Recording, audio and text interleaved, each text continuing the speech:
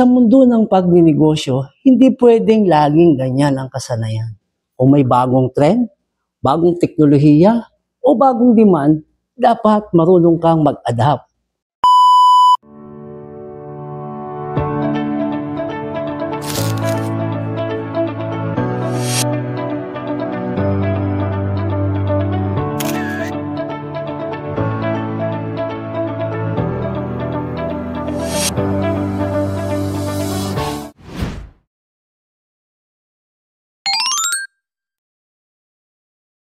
Tamang ugali ang sekreto para magtagumpay sa negosyo.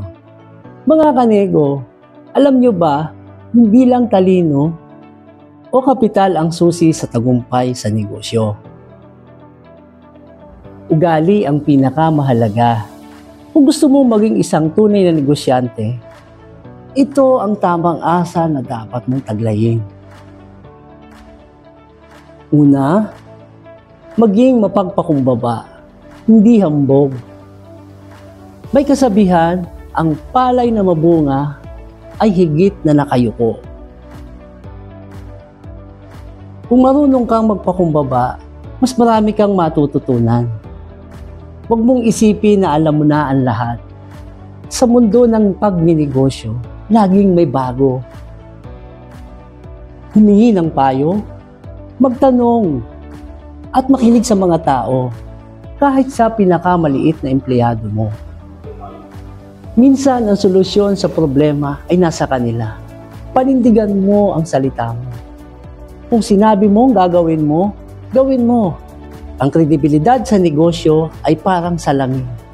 Isang basag lang, mahirap nang buuin. Kahit mahirap, kahit hindi mo feel, panindigan mo ang commitment mo. Iyan ang magpapakilala at magpapatibay sa iyo bilang taong may integridad.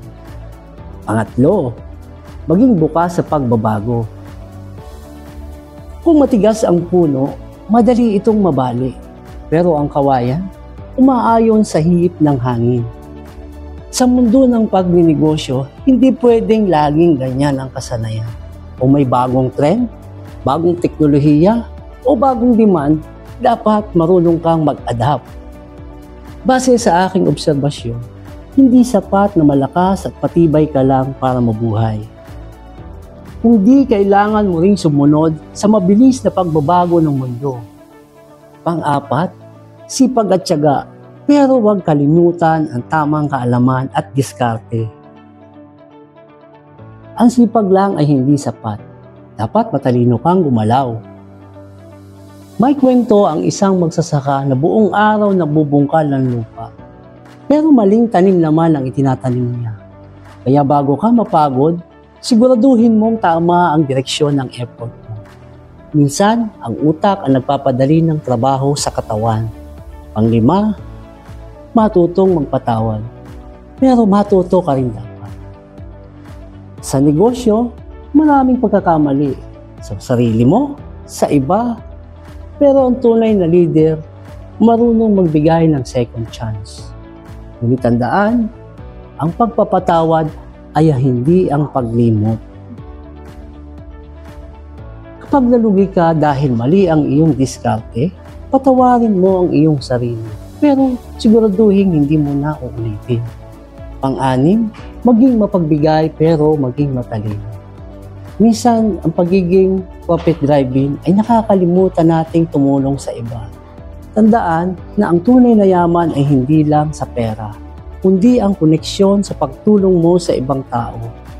Pero syempre, huwag kang magpapaloko. Tulungan lang ang nararapat, bigyan ng tulong. Pero bantayan ang sarili. Bakit ko ito nasabi? Personal kong naranasan ang tumulong sa maling tao.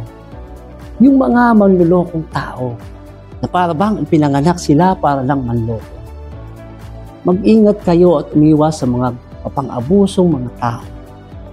Ito yung mga taong tinulungan mo na pero sila pa yung may ganang mag-demand. At kung minsan sila pa yung may ganang magreklamo pag hindi mo na sila nabigyan at wala ka nang maibigay. Importante na maging mas maalam din tayo. At importante rin na hindi rin tayo manloloko. Mga kanego, Tandaan na ang tamang pag-uugali ay mas mahalaga kaysa ginto. Ang pera, nauubos. Ang tamang pag-uugali ay nagbibigay ng pagkakataon sa iyo na hindi kayang bilhin ng yaman. Kaya ano pa ang hinihintay mo? Simulan mo nang baguhin ang mindset na hindi maganda sa iyo at ang asal mo ngayon pa lang. Kung may natutunan ka sa vlog na ito, paki-comment mo na lang at paki-subscribe, paki-hit na rin ang notification bell para ma-notify ka sa susunod ko pang mga videos. Ako pong muli ang inyong kanego, Lorenzo Binay Manalo. Sama-sama tayo sa pag-asenso at ang pagpapala ng Panginoong Diyos ay palaging sumainyo.